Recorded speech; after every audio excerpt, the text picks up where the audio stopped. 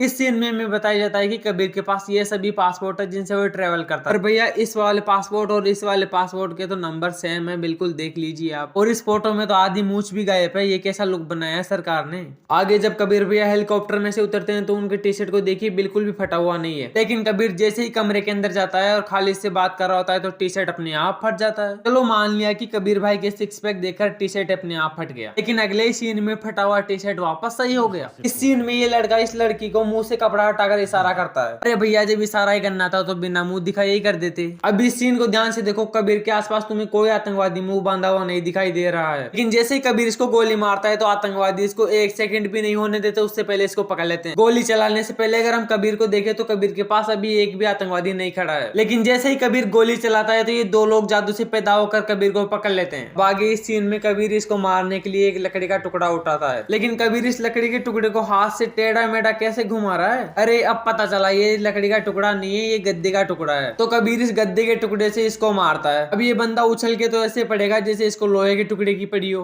अरे कोई इस बंदे को बताओ कि वो गद्दे का टुकड़ा था। अभी इस सीन में ये बालों की दुकान खालिद और कबीर को एक एक करके पीट देता है और इसकी टीम का एक भी बंदा यहाँ पर नहीं आता है, वो शायद दूसरे गुंडों को मारने गए हैं। लेकिन जब कबीर और खालिद इसको लात मार देते हैं तब ये दोबारा नहीं उठता है। लेकिन उसके तुरंत बाद कबीर और खालिद खड़े होकर इसको देख रहे होते हैं, तभी इसकी सारे टीम मेंबर आ जाते हैं। अरे भाई जब ये इन दोनों को पीट रहा था तभी आ जाते।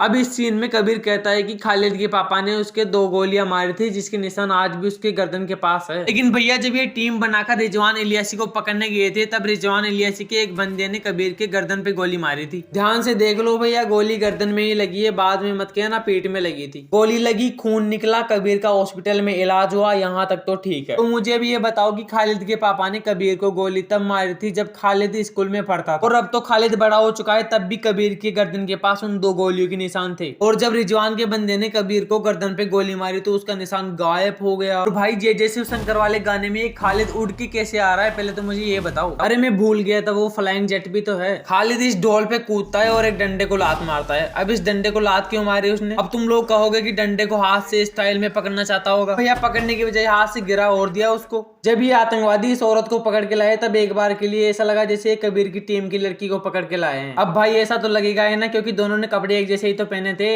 ये आदमी आकर कहता है कि बाहर आपसे कोई मिलने आया है।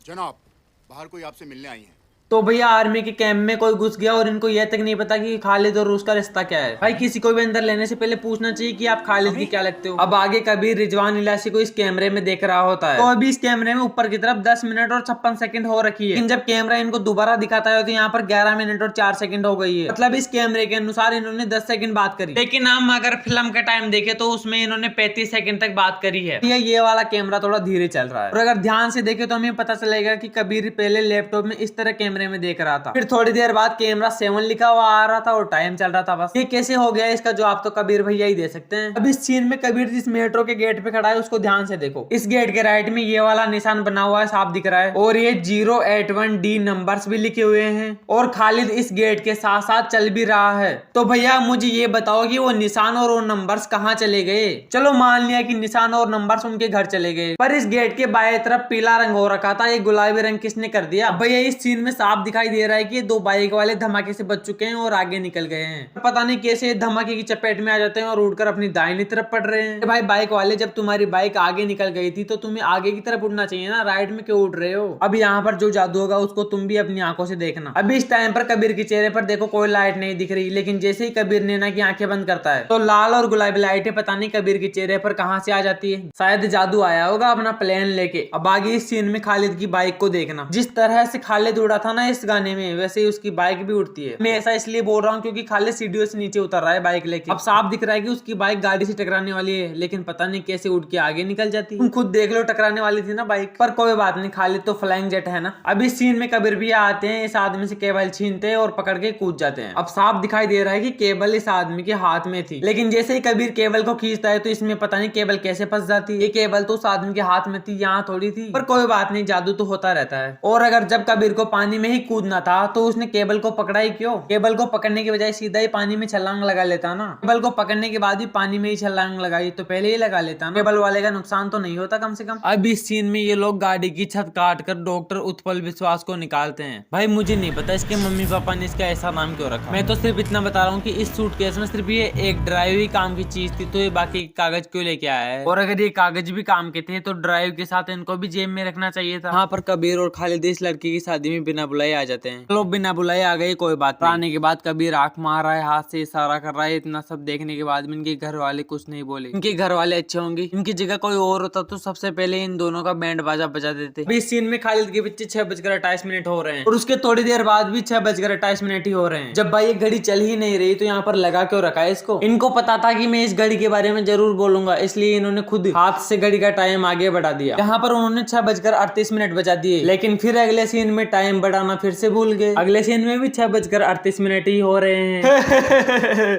तो भाई लोगों, आज के लिए इतना बहुत है। अगर आपको वीडियो अच्छी लगी तो अपने दोस्तों को भी शेयर करके दिखाएं और साथ में लाइक और सब्सक्राइब भी कर देना। मिलते हैं अगले वीडियो में, तब तक अपनों के साथ खुशियां मनाओ।